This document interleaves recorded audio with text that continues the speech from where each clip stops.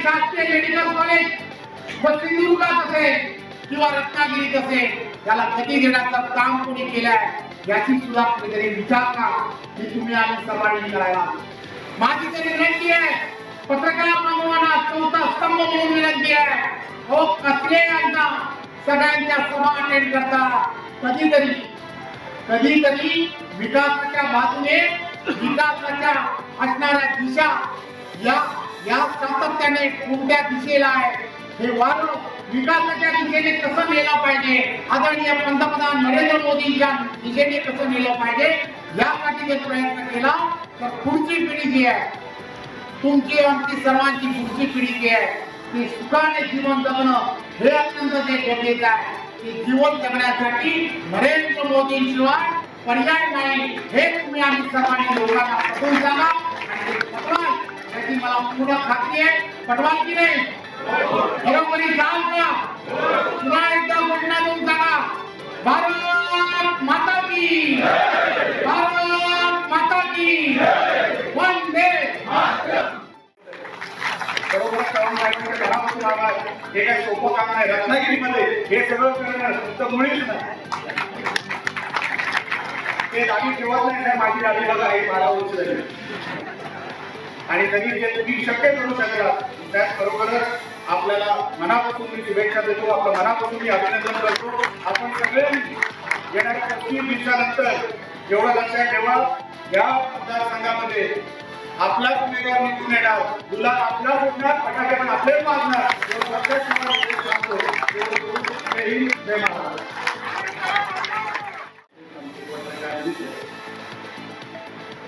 आज आपल्या रत्नागिरीच्या 3 मतदारसंघाच्या बूथ संमेलनाच्या निमित्ताने आपल्याशी संवाद साधण्यासाठी आवर्जून इथे उपस्थित आहे. माझ्या अगोदरच्या सगळ्याच मान्यवरांनी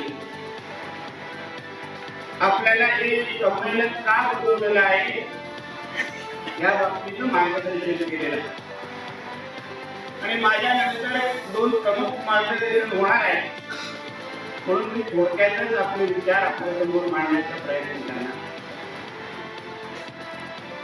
बांधवांनो, आपण सगळेजण जे जमलेलो आहे, लोकसभेची निवडणूक आपल्या नजरेसमोर आहे आणि 7 मेला आपण सर्वजण या मतदारसंघासाठी मतदान करणार आहोत. आपण इथे सर्वजण जमलेलो आहे, आपले पत्रकार मित्रही आहेत.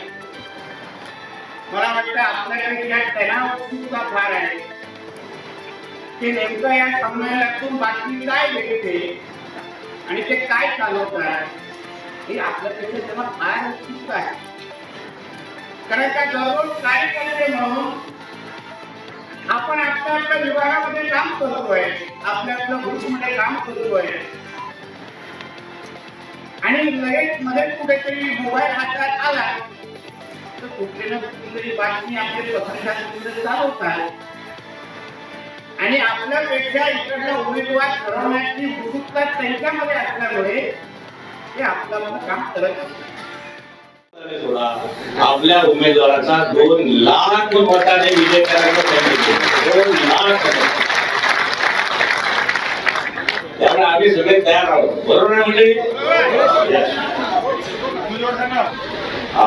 उमेदवार आपले रवी चव्हाण साहेब, देवेंद्र फडणवीस साहेब, एकनाथ शिंदे साहेब, अमित शाह साहेब, महायुतीचा जो उमेदवार आम्हाला देतील, आपला आग्रह आहे कमळाचा, आमचा आग्रह सगळा आहे, पण चव्हाण साहेब तुम्ही महायुतीचा आम्हाला जो उमेदवार द्याल त्याला 2 लाख पेक्षा जास्त मताने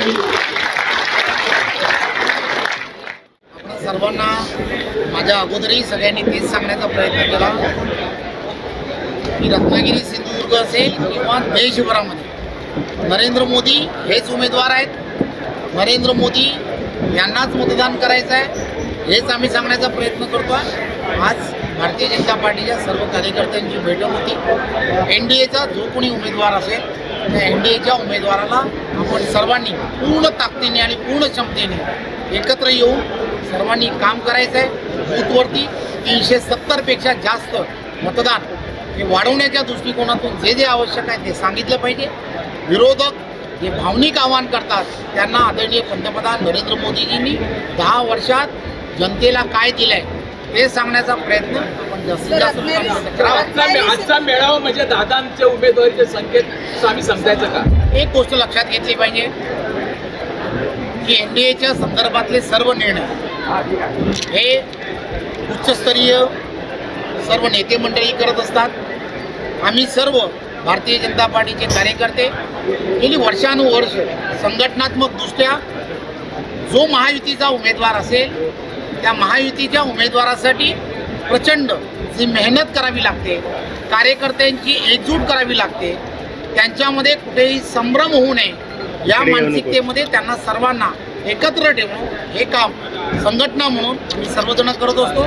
आज जिल्हाध्यक्ष दोन्ही रत्नागिरीचे दक्षिण आणि उत्तर दोन्ही जिल्हाध्यक्षांनी इथल्या असणाऱ्या 3 या रत्नागिरी आणि सिंधुदुर्गामधल्या असणाऱ्या 3 ज्या असणाऱ्या विधानसभेचे मतदारसंघ आहेत या मतदारसंघामध्ये प्रत्येक बूथवरच्या बूथ वॉरियरला प्रत्येकाला आज इथे निमंत्रित केलं होतं आणि त्यांना सर्वांना जी दिशा दिली पाहिजे. NDAचा उमेदवार कोणत्याही परिस्थितीत विक्रमी मताने जिंकला पाहिजे ही दिशा देण्याचं काम आज आम्ही केलं. टाइम्स डिजिटलला लाईक करा, सबस्क्राईब करा, शेअर करा आणि बेल आयकॉन दाबायला विसरू नका. पाहत रहा टाइम्स डिजिटल.